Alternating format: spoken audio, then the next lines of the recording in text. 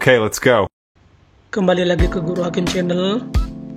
Kali ini saya akan membahas terkait dengan bagaimana cara membuat studi kasus atau laporan studi kasus, di mana laporan studi kasus ini menjadi tagihan atau bagian dari ujian akhir di PPG Prajabatan. Baik, jika kita mengacu pada surat yang diterbitkan oleh Kementerian Pendidikan, Kebudayaan, Riset dan Teknologi, bahwa ada beberapa poin yang harus diperhatikan dalam pembuatan studi kasus. Ini dia suratnya, teman-teman. Yang pertama yaitu terkait dengan pengantar. Laporan studi kasus merupakan komponen dari uji tertulis. Laporan studi kasus dirancang untuk menilai pengetahuan, kemampuan pemecahan masalah, dan kreativitas mahasiswa PPG Prajabatan dalam menyusun perencanaan dan melakukan pembelajaran di kelas. Nah, melalui deskripsi, analisa, dan penyelesaian masalah pada kasus-kasus yang ditemukan selama praktik pembelajaran. Artinya, selama pengalaman 2 semester PPL ya teman-teman. Yang selanjutnya yaitu bagian B, terkait dengan cakupan dalam laporan studi kasus, di mana yang pertama yaitu merancang pembelajaran secara terstruktur, berkesinambungan dengan pendekatan yang relevan, dan memadukan materi ajar, pedagogi, serta teknologi untuk menghasilkan solusi baru dengan nilai yang terukur untuk kepentingan pembelajaran sesuai karakteristik peserta didik. Dan yang kedua yaitu melakukan evaluasi pembelajaran sesuai dengan perkembangan peserta didik, kurikulum dan lingkungan belajar untuk meningkatkan kualitas pembelajaran. Nah, sedangkan terkait dengan ketentuan pembuatan laporan studi kasus ada 4 bagian. Yang pertama yaitu bagian deskripsi studi kasus. Nah, terdiri dari 100 sampai dengan 150 kata. Namun sebelumnya perlu kita perhatikan ada 3 poin di atasnya, teman-teman. Yang pertama yaitu laporan yang ditulis berdasarkan kasus pilihan peserta yang ditentukan selama praktik pembelajaran. Nah, artinya calon mahasiswa PPG sendiri yang menentukan terkait dengan kasus yang ingin dibahas atau ingin ditulis. Yang kedua yaitu berdasarkan pengalaman sendiri. Nah, tidak boleh kopas ya teman-teman. Bukan disalin dari milik orang lain. Artinya pengalaman real yang kita rasakan, kita selama mengikuti atau pengalaman PPL. Yang ketiga yaitu laporan studi kasus dari 4 bagian. Nah, ini ya teman-teman. Yang pertama yaitu ada deskripsi studi kasus. Nanti juga kita akan berikan contohnya. Nah, pada bagian ini mahasiswa menuliskan kasus yang pernah dialami dalam merancang pembelajaran terstruktur yang berkesinambungan dengan memadukan materi, pedagogik, teknologi melalui pendekatan yang relevan yang menghasilkan nilai terukur untuk kepentingan pembelajaran sesuai karakteristik siswa kita. Nah, dalam kasus tersebut mahasiswa juga mendeskripsikan metode dan hasil evaluasi pembelajaran sesuai dengan perkembangan peserta didik, kurikulum dan lingkungan belajar berdasarkan rancangan yang disusunnya.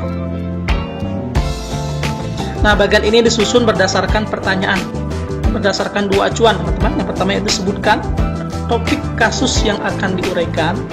Yang kedua, mengapa topik tersebut dirasa penting oleh penulis. Nah, jika kita melihat contoh, di sini saya sudah menyiapkan contohnya, teman-teman.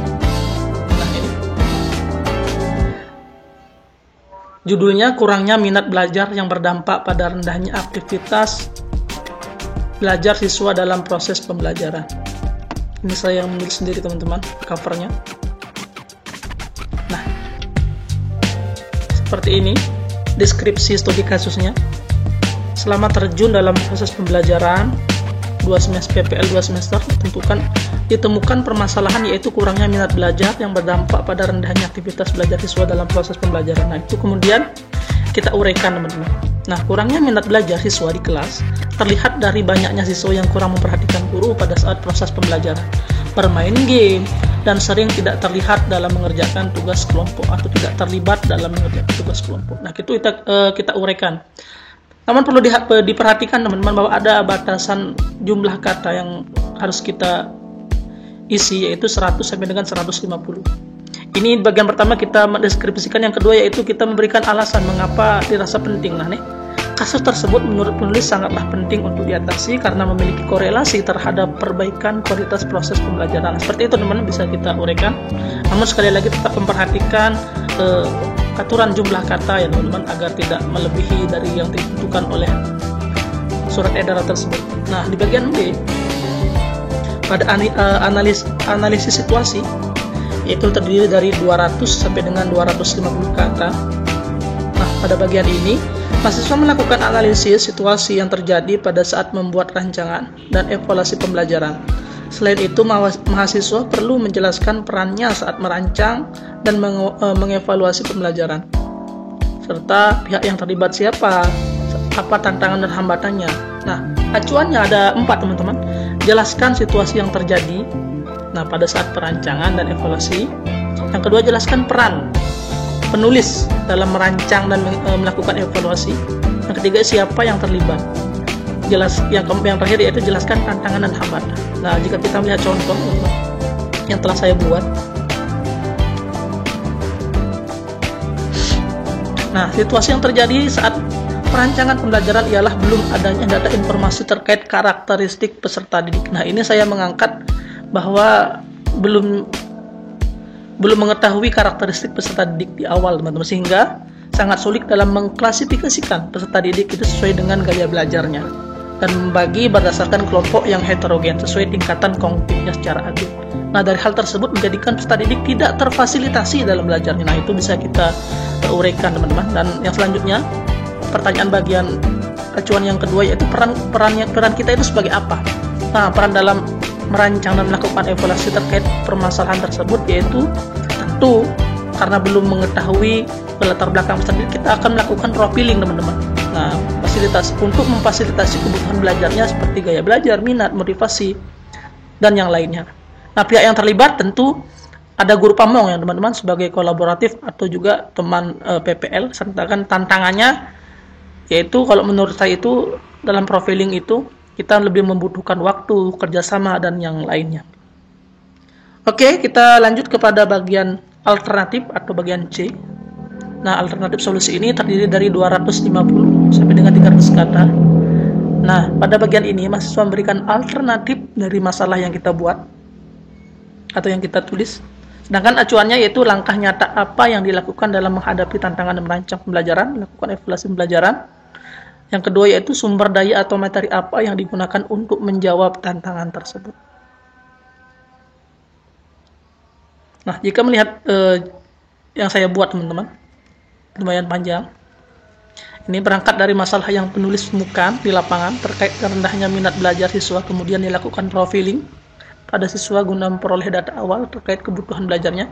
Nah, maka penulis dapat merumuskan alternatif solusi guna meningkatkan minat belajar dan memberi dampak kepada aktivitas belajar siswa di kelas menjadi aktif.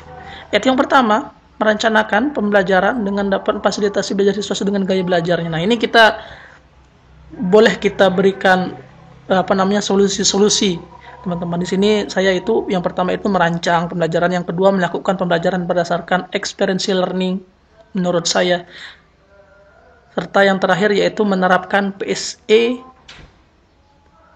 Nah, ini melakukan refleksi di akhir pembelajaran. Penerapan PSE dimaksudkan agar terciptanya well-being di kelas. Nah, itu bisa kita uraikan, teman-teman. Tapi teman-teman jangan lupa bahwa setiap bagian yang kita buat itu ada batasan jumlah kata. Nah, yang terakhir yaitu terkait dengan evaluasi dari kasus atau penanganan yang kita buat, itu evaluasinya seperti apa. Dan jumlah kata yang ditentukan hanya 100 sampai dengan 150 kata, teman-teman. Nah, kalau evaluasi ini mungkin teman-teman sudah bisa terkait dengan berdasarkan tindakan yang kita tulis. Nah, kasus yang telah disebutkan tersebut, maka kesimpulannya itu apa, seperti itu, teman-teman. Bahwa pendekatan yang teman-teman gunakan itu apakah tepat digunakan, membawa dampak yang positif terhadap perbaikan proses pembelajaran. Nah, itu bisa dimasukkan dalam tahap evaluasi terkait dengan laporan studi kasus yang teman-teman buat. Mungkin itu, teman-teman, terkait dengan gambaran secara singkat terkait dengan laporan studi kasus. Mungkin bisa menjadi gambaran bagi teman-teman dalam merancang laporan studi kasus. Nah, nantinya di sini ada ketentuan pengunggahan, teman-teman. Yang pertama itu pastikan dokumen dibuat dalam kertas A4 huruf TNR berukuran 12 spasi 1,15. Nah, simpan dokumen dalam bentuk PDF dengan ukuran maksimal 1 MB. Nah, dokumen PDF di drive-kan, yaitu di drive belajar ID masing-masing dengan nama file, judul kasusnya. Tadi kan saya judul kasusnya rendahnya minat dan nama mahasiswa serta NIM. Yang kemudian yang terakhir yaitu nanti kita tahu link dari drive itu kita tautkan di SIM PKB, teman-teman, atau yang link yang diberikan oleh pusat. Mungkin itu, teman-teman, terkait dengan berbagi sharing pembuatan laporan studi kasus. Mudahan dapat memberikan gambaran pengetahuan baru kepada kita semua, dan mudah-mudahan teman-teman dimudahkan urusannya dalam menyelesaikan pendidikan profesi guru.